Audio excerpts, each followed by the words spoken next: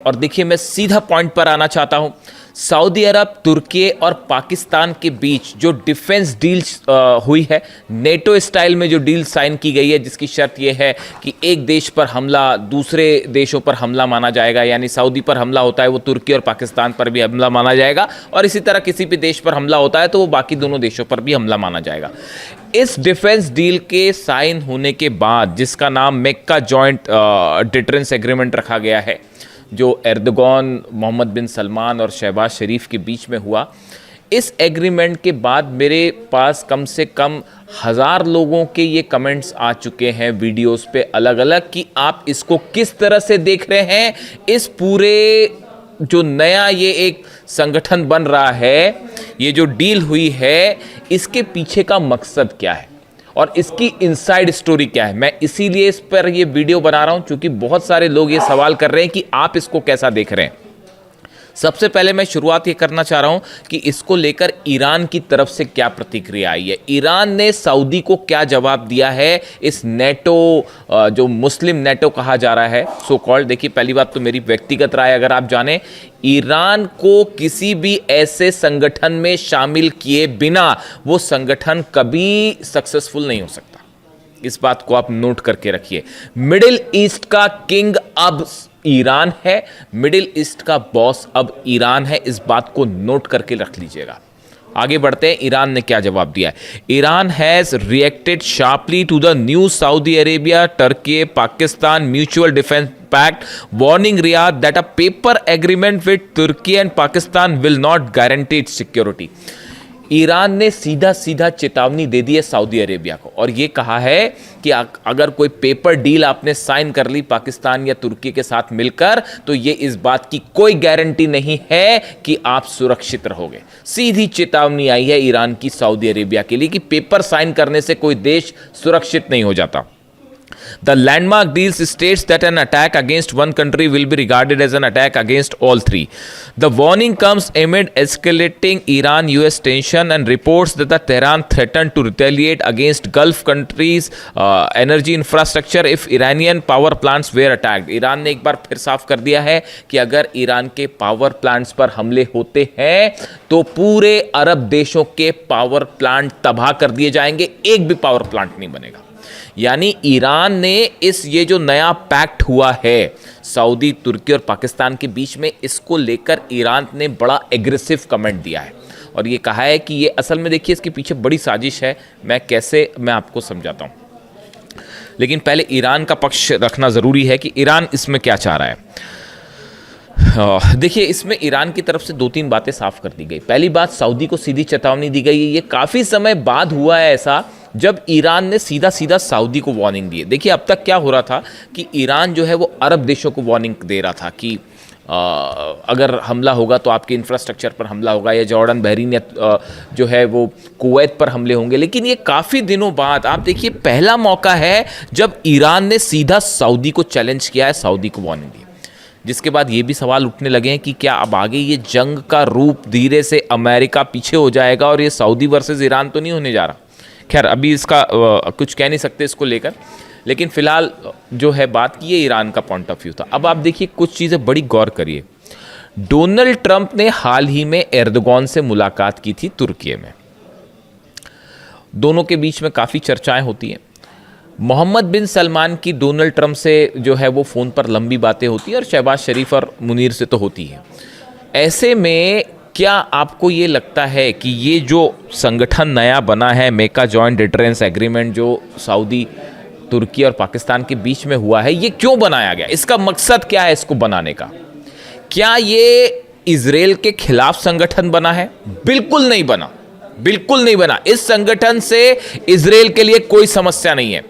जब तक अमेरिका बैठा है, ये कोई जो संगठन बना है इजराइल के खिलाफ नहीं बना है। ये देखिए इसका ईरान को लेकर क्या रुख होगा और इसका अमेरिका को लेकर क्या रुख होगा। ये जो चीज़ें हैं, ये 2 सवाल ऐसे हैं जो बेहद अहम हैं।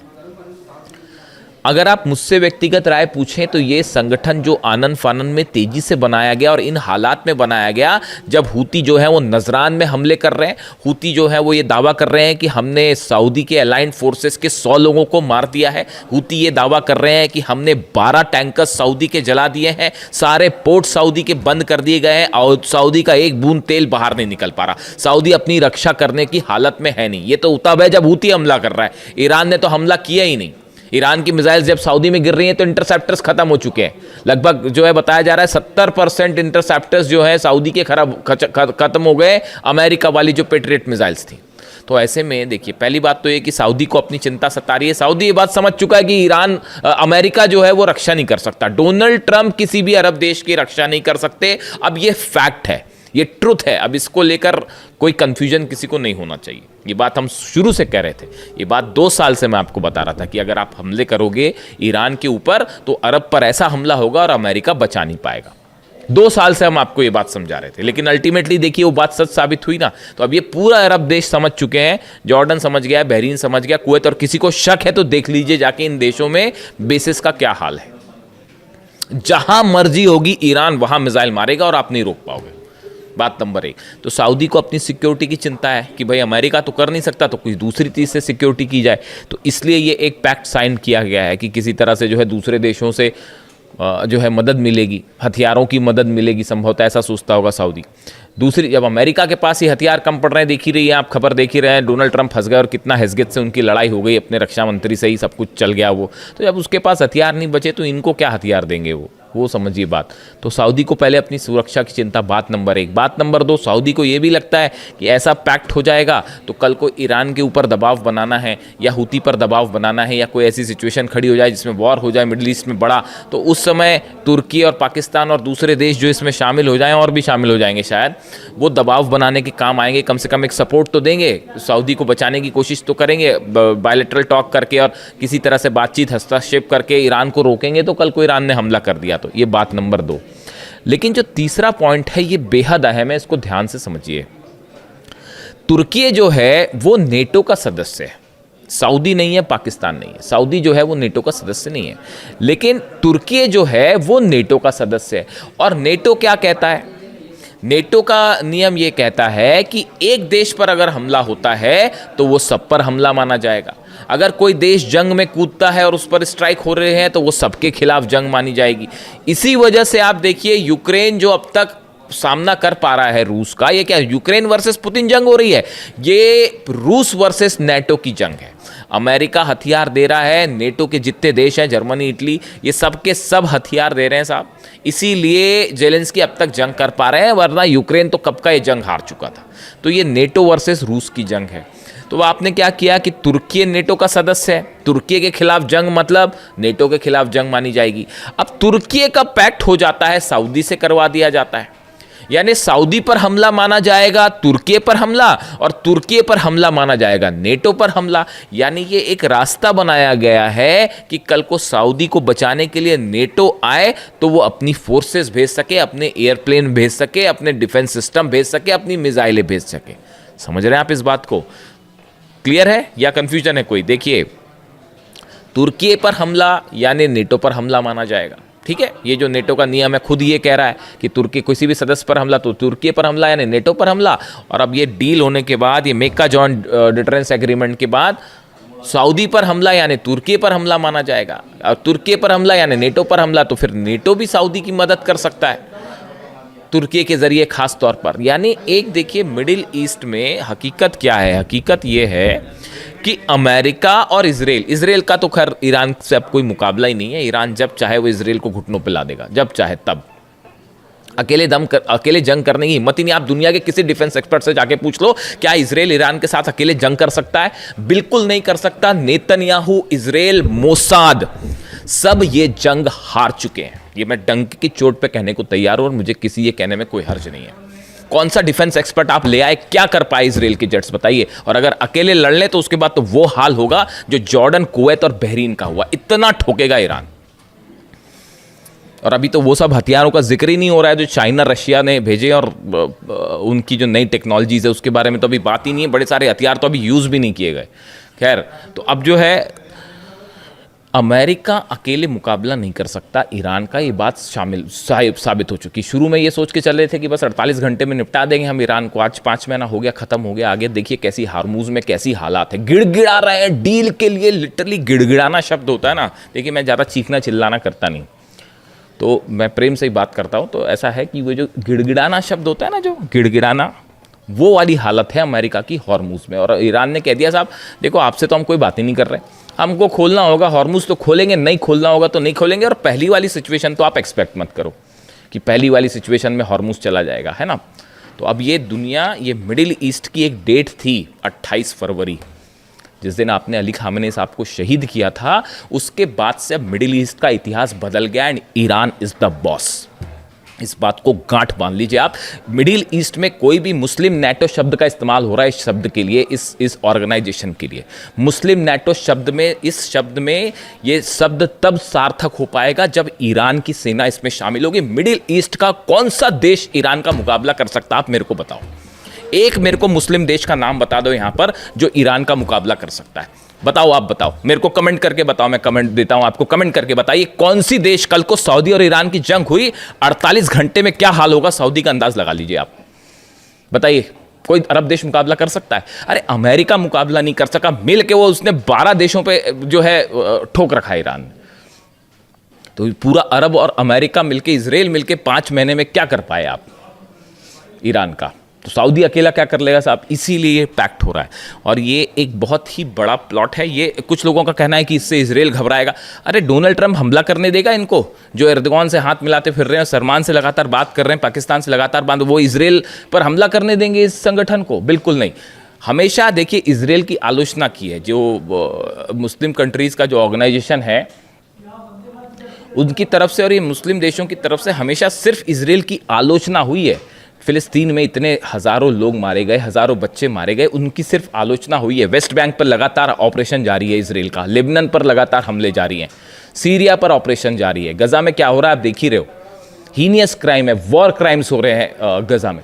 मुस्लिम देशों की तरफ से सिर्फ आलोचना हो रही है। हिम्मत करने वाला सिर्फ एक देश रहा जो मिसाइल मार रहा है, वो ईरान मार रहा है। भूलना मत इस बात को। अली खामेनी साहब ने हमेशा कहा जब ज़रूरत पड़ेगी हम युद्ध के लिए भी तैयार हो जाएंगे। लेबनान के लिए भी वो जंग के लिए तैयार हो गए, गजा के लिए भी जंग के लिए तैयार हो गए। इसीलिए खामेनी साहब थे। अब ये जब मैं मीटिंग्स देखता हूँ ना ऐसी, मतलब टू बी वेरी फ्रैंक भाई, देखो मेरे को जो लगता है मैं अपनी राय बता रहा हूँ, आपको ठीक लगता हो तो स्वीकार करिए, वरना आपकी आलोचना का भी स्वागत है। चूँकि ये पब्लिक प्लेटफॉर्म है इसलिए मैं आपकी आलोचना का भी स्वागत करता हूँ।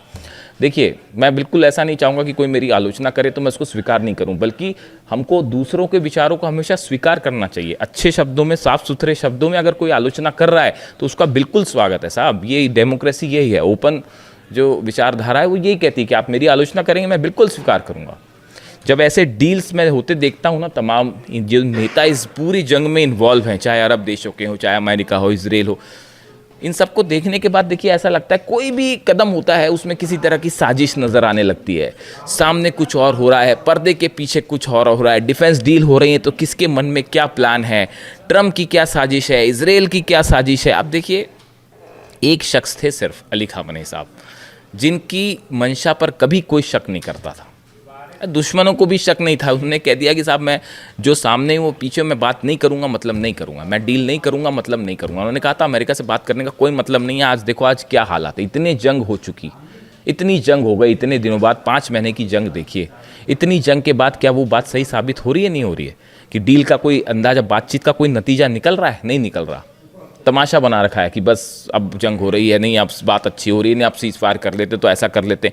बात सच साबित हुई ना अली खामेनी साहब की, ये विजन था उनका, इसीलिए he was the supreme leader and that's why I like Ali Khamenei साहब। इसीलिए मैं उनकी तारीफ करता हूँ, उन्हें पसंद करता हूँ कि उनका विजन देखिए कितनी क्लैरिटी के साथ। उनको पता था कौन दुश्मन है, कौन दोस्त है, कौन क्या। इसीलिए उन्होंने कहा था सऊदी को लेकर, वो हमेशा ये चाहते थे कि शिया और सुन्नी के बीच में ये जो एक तनाव वाली स्थिति है ये हमेशा दूर हो जाए। और हर अरब देश को ये समझना चाहिए कि असली दुश्मन कौन है, ये बात वो हमेशा समझाते रहे। खैर, तो अभी देखिए मुझसे चूंकि इस ऑर्गेनाइजेशन के बारे में बोला गया था, इस डील के बारे में पूछा गया था, मक्का जॉइंट डिटरेंस एग्रीमेंट के बारे में आपकी क्या राय है? मेरी बड़ी साफ राय है कि ये अमेरिका के बैकिंग के साथ एक एग्रीमेंट किया गया है जिसका लक्ष्य है ईरान और हूती या हिजबुल्ला ऐसे संगठनों को काउंटर करना, ये कोई बड़ा इजराइल के खिलाफ कुछ नहीं है, भूल जाइए। और ये चूंकि अकेले अमेरिका मुकाबला नहीं कर सकता, इजराइल मुकाबला नहीं कर सकता, तो अरब देशों को ईरान के खिलाफ खड़े करने की, और ज़रूरत पड़ी तो इन देशों को आपस में जंग में शामिल करने की। हॉर्मुज़ खुल नहीं पा रहा तो बोले क्या एक पैक्ट करवा देते हैं, चाहे ताकि मिल के हॉर्मुज़ खुलाएं। खुद बैठे बैठे वहाँ तमाशा देखो, खुद की उधर जनरल डेन कैन कह ही रहे हैं अमेरिका की कि जो है वो बाहर निकलना चाहिए, अब कैसे युद्ध से बाहर निकला जाए। तो ये एक बड़ा प्लान है ईरान के खिलाफ एज ऑफ नाउ जो स्थिति लगती है। कमेंट करके आप बताइए आपको क्या लगता है, और आपके सारे कमेंट्स मैं पढ़ूंगा और जवाब देने की भी कोशिश करूंगा। Thank you so much.